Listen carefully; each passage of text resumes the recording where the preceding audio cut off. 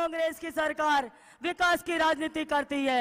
आपने कभी देखा है कि बीजेपी के लोग कभी विकास की राजनीति करते हुए देखा है क्या? आपने कभी विकास की बात नहीं करेंगे, कभी जाति और धर्म की बात करेंगे और वोट बटोरने का काम करेंगे। राजस्थान की सरकार आपने देखा होगा किस तरीके से जन कल्याणकारी योजनाएं चलाई। आप सबको मैं कहना चाहती हूं कि उन गरीब किसानों के लिए आपका एक वोट बहुत महत्वपूर्ण है, जिनके लिए राजस्थान की सरकार जिनके लिए विभिन्न तरह की योजनाएं चला रही है। आप सबको बताना चाहूंगी कि भाईचारे और प्रेम की भावना इस कांग्रेस पार्टी के अंदर है। आप सबने देखा होगा इस देश को कांग्रेस ने अपने खून से सींचा है। भाजपा के लोगों ने एक अंगुली तक नहीं कटाई और भारत माता की जय बोलते हैं, राम की बात करते हैं। राम मर्यादा पुरुषोत्तम थे, लेकिन इनके अंदर कोई मर्यादा नहीं है। आप सबको कहना चाहूंगी 25 तारीख को वोट है और आप सब लोग कांग्रेस पार्टी के पक्ष में मत करें और राजस्थान में कांग्रेस की सरकार बने। आने वाले समय में 2024 में केंद्र में कांग्रेस की सरकार बनेगी। आप सबको विश्वास के साथ कहती हूँ। बहुत बहुत धन्यवाद। बहुत बहुत धन्यवाद बहन जी। अब हमें जिनका काफी समय से इंतजार था उनसे निवेदन करूंगा, उनसे संबोधन से पहले राहुल गांधी जिंदाबाद, राहुल गांधी जिंदाबाद, कांग्रेस आई जिंदाबाद, कांग्रेस आई जिंदाबाद। रंधावा जी, गिरिराज गुर्जर जी, शिवचरण बैरवा जी, हमारे कैंडिडेट्स रामकेश मीना जी, इंदिरा मीना जी, ज्ञानश्याम जी, स्टेज पे कांग्रेस पार्टी के वरिष्ठ नेता, भाइयों और बहनों, प्रेस के हमारे मित्रों और कांग्रेस पार्टी के हमारे सारे के सारे कार्यकर्ता, आप सबका मैं यहां दिल से स्वागत करता हूं। आप दूर दूर से आए, मेरी बात सुनने आए, इसके लिए मैं बहुत आभारी हूं और आपका धन्यवाद करता हूं।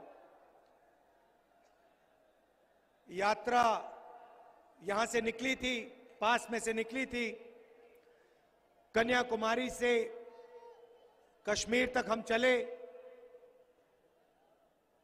और हर यात्रा में से एक दो नारे निकलते हैं। भारत जोड़ो यात्रा में से सबसे सुंदर नारा निकला, नफरत के बाजार में मोहब्बत की दुकान खोलनी है।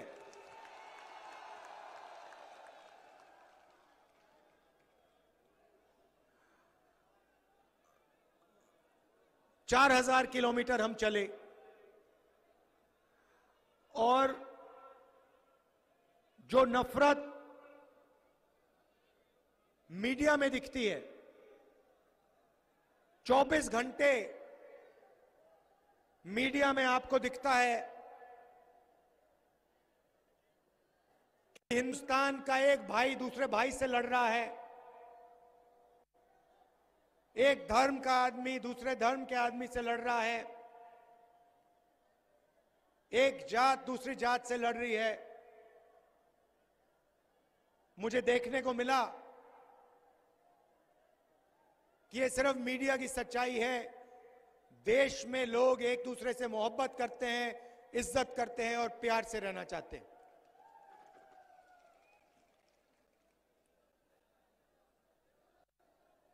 देश में दो तीन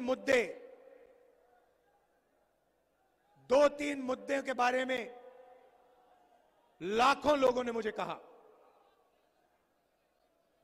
टीवी पे देखो, आपको ऐश्वर्या राय जी दिखेंगी, शाहरुख खान दिखेगा, मोदी जी दिखेंगे, 24 घंटा मोदी जी दिखेंगे। मगर आश्चर्य की बात यह है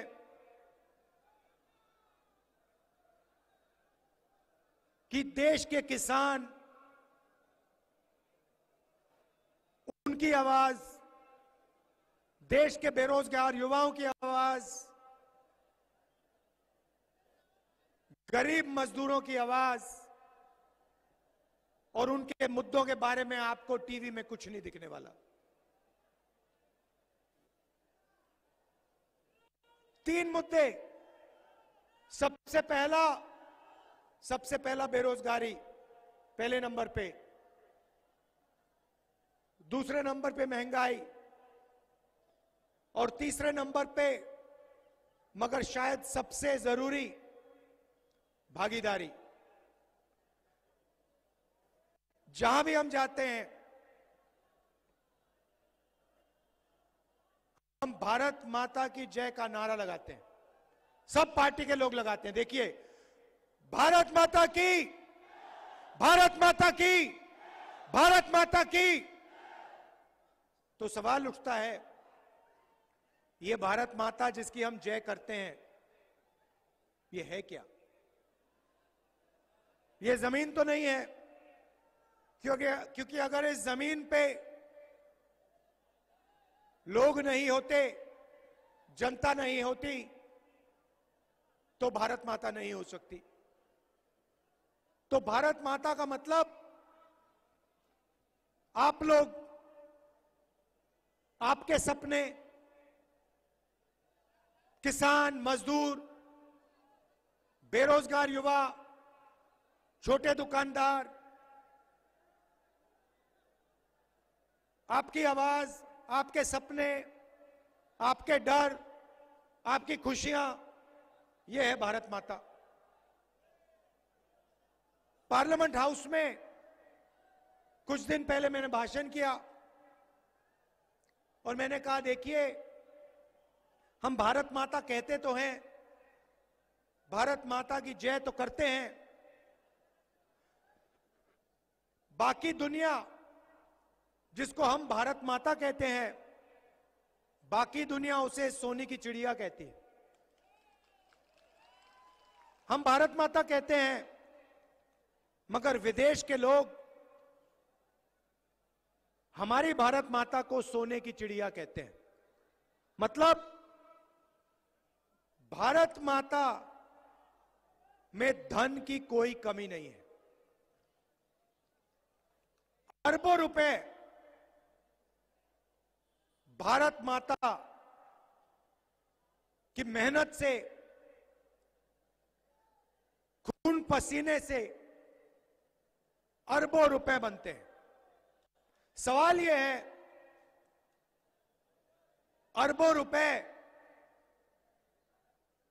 क्या वापस भारत माता को मिल रहे हैं या फिर 2, 3, 4 चुने हुए उद्योगपतियों को जा रहे हैं? यह सवाल है। हमारे युवा 24 घंटा बेरोजगार भटकते हैं। प्राइवेट कॉलेज में, प्राइवेट यूनिवर्सिटी में पढ़ते हैं, लाखों रुपए लग जाते हैं। पढ़ाई के बाद पता लगता है कि देश में रोजगार ही नहीं। तो मैंने पार्लियामेंट हाउस में बहुत गहरा सवाल पूछा नरेंद्र मोदी से, बीजेपी के नेताओं से, और मैंने पूछा कि भारत माता का हम नारा लगाते हैं, मगर भारत माता में किसकी कितनी आबादी है, यह किसी को नहीं मालूम।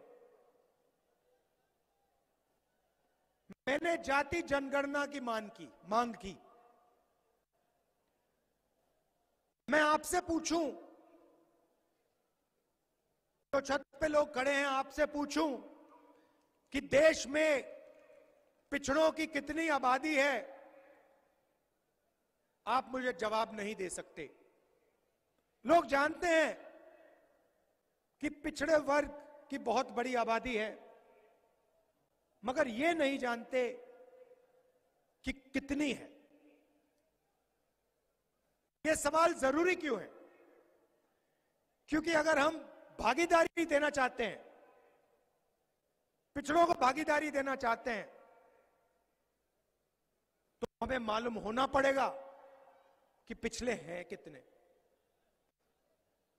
भाइयों और बहनों, देश को एमपी और एमएलए नहीं चलाते हैं। अगर आप यह सोचते हो, आप गलतफहमी में हो। देश को आईएएस के अफसर चलाते हैं। किसी भी बच्चे से पूछ लो, उससे पूछो क्या करना चाहते हो, बच्चा आपको कहेगा मैं तो आईएएस में जाना चाहता हूं। फिर उससे पूछना क्यों, आईएएस में क्यों, कहेगा क्योंकि आईएएस के लोग देश को चलाते हैं। सच्चाई है। तो 90 लोग, 90 आईएएस के अफसर हिंदुस्तान को चलाते हैं। बजट का हर पैसा, एक एक पैसा के बारे में ये 90 लोग निर्णय लेते हैं। नरेंद्र मोदी कैबिनेट सेक्रेटरी और secretary to government of India, ये 90 लोग मिलकर बजट को बांटते हैं। यहां पे आपकी कनाल नहीं बनी। ईआरसीपी का वायदा किया था नरेंद्र मोदी जी ने, जयपुर में किया, अजमेर में किया, मगर कनाल नहीं बनी। निर्णय 90 अफसरों ने और नरेंद्र मोदी ने लिया। स्वास्थ्य में कितना पैसा जाता है, शिक्षा में कितना जाता है, 90 अफसर लेते हैं। बीमा योजना में कितना जाता है, 90 अफसर लेते हैं। सेना में कितना जाता है, 90 अफसर लेते हैं। तो मैंने पार्लियामेंट में सवाल पूछा, 90 में से पिछड़े वर्ग के कितने लोग हैं, 90 में से दलित कितने, आदिवासी कितने, गरीब जनरल कास्ट के कितने और पिछड़े वर्ग के लोग कितने। और जैसे ही मैंने यह सवाल पूछा, बीजेपी के लोग कांपने लगे, कांपने लगे। राहुल गांधी ने यह कैसे पूछ लिया, यह सवाल कैसे पूछ लिया राहुल गांधी ने। नरेंद्र मोदी पहले कहते थे मैं ओबीसी का हूं, हर भाषण में मैं पिछड़े वर्ग का हूं, मैं ओबीसी का हूं। और जब मैंने जाति जनगणना की बात की, मैंने ओबीसी वर्ग को भागीदारी देने का सवाल उठाया। उसके बाद नरेंद्र मोदी कहते हैं, सब भाषण में कहते हैं, भाइयों और बहनों, देश में सिर्फ एक जात है, वो है गरीब। मतलब आप ओबीसी और देश में सिर्फ एक जात, वो गरीब। जब चुनाव जीतने का समय आया तो आप ओबीसी, जब पिछड़ों को उनकी शक्ति दिखाने का समय आया, उनको भागीदारी देने का समय आया, जाति जनगणना करने का समय आया, तो देश में कोई जात नहीं, सिर्फ एक गरीब। भाइयों और बहनों, बीजेपी के लोगों ने जवाब नहीं दिया।